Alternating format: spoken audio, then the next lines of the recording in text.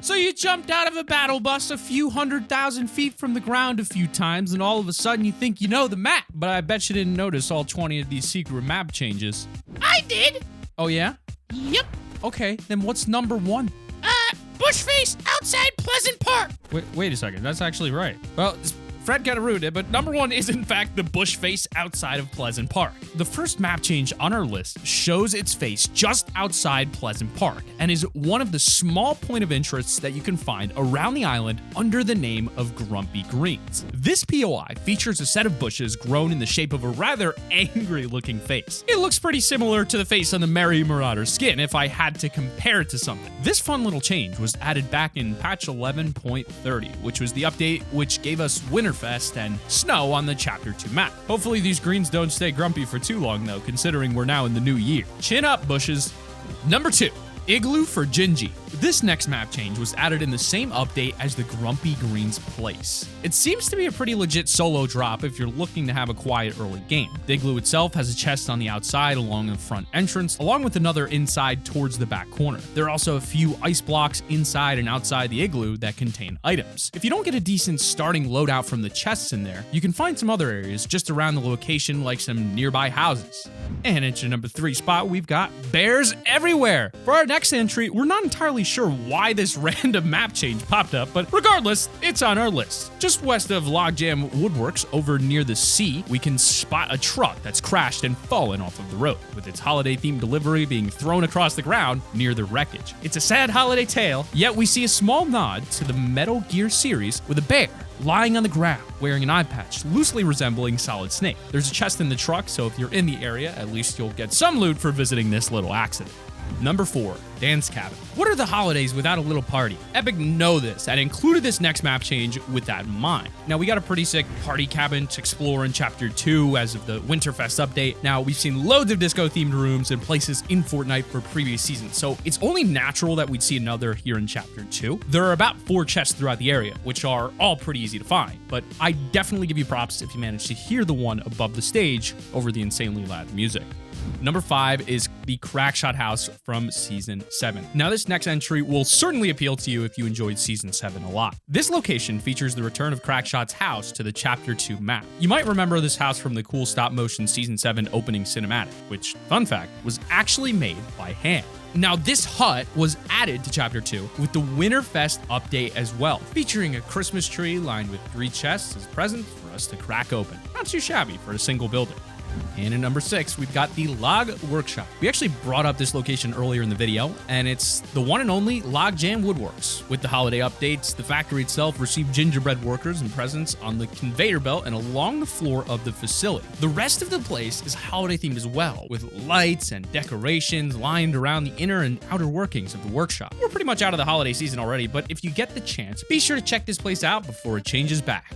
Number 7, Dirty Docks Ice Factory. The next map change on our list is in Dirty Docks, and it recently changed from just a plain factory over to an ice factory. It's a pretty simple change at a first glance, but with the production within the factory changing as well, we got a few neat additions within the new factory. The ice bins inside the compound are searchable, and you can find things like the snowball launcher and those lumps of coal, which can be found around the map. It's a pretty sweet change from its previous incarnation, but it might not last long if the snow goes away soon, so check it out while you still can.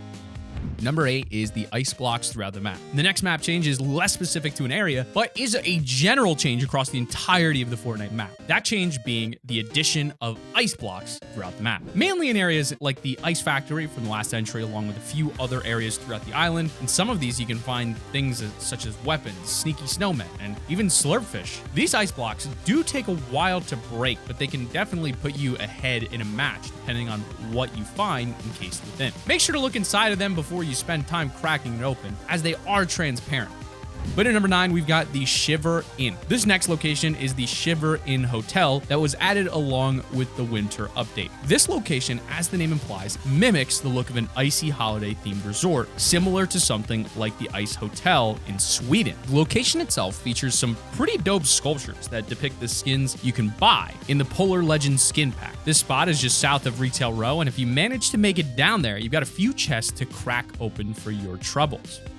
And in at number 10, we've got the Chair Truck. This next map change is somewhat of a callback to Chapter 1's Westworld location, specifically the chair house that was first introduced for the Fort Bite challenges in Season 9. The callback, however, is this nifty little truck located down along the road near the docks, and its flatbed contains loads of chairs, which can be super helpful for getting wood in the early game. It's super easy to skip past this little nod to Chapter 1, but if you do end up over the docks, be sure to drop by and take a nostalgic look, as small as it is. In at number 11, we've got Star Wars. For our 11th map change, we've got the inclusion of craters from crashed TIE fighters around the island, with stormtroopers guarding them. Now, these just started popping up all around the map after the Star Wars update dropped during the live event back in December. If you manage to pick off the Imperial forces on the ground, you'll see them drop an infinite ammo blaster rifle, along with the chance to drop some heals. It's a pretty worthwhile reward, especially in the early game. The only thing that's dangerous about going here is that the stormtroopers can actually do a lot of damage to you if you're not careful.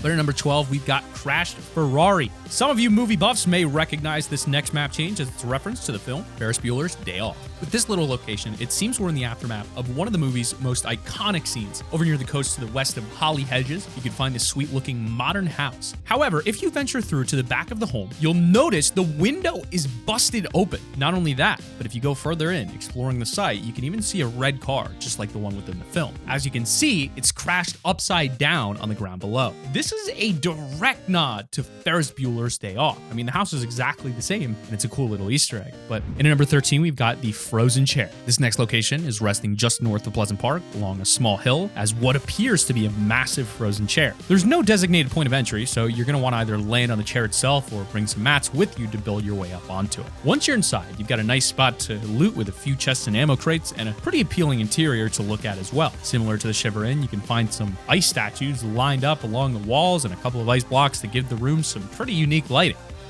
And in at number 14, we've got trees growing. Every Christmas needs a tree, and for this next map change, we see the nursery growing a new set of trees on the hillside behind the stumps of their fallen friends. Now, this is actually a really neat touch by the developers, showing that the trees got replanted in-game. I wonder if this was a sly nod to Mr. Beast and Team Trees. It would be a pretty classy move on Epic's part for sure, if this was their intention. I mean, Epic even went through the effort to make all the cars in the game electric, so it is almost definitely a sign telling us to look after our forests. But in number 15, major POIs have Christmas trees. Speaking of Christmas trees, these next changes pertain to a number of those popping up around the map in some major points of interest. Some of these POIs are Misty Meadows, Lazy Lake, Holly Hedges, Slurpy Swamp, and a few others. Basically the main locations of the map. As is custom with Fortnite's Christmas trees, they're adorned with presents in the form of chests underneath. And they did something similar in 2018, so it's good to see Santa dropping into Fortnite once more to deliver presents to us.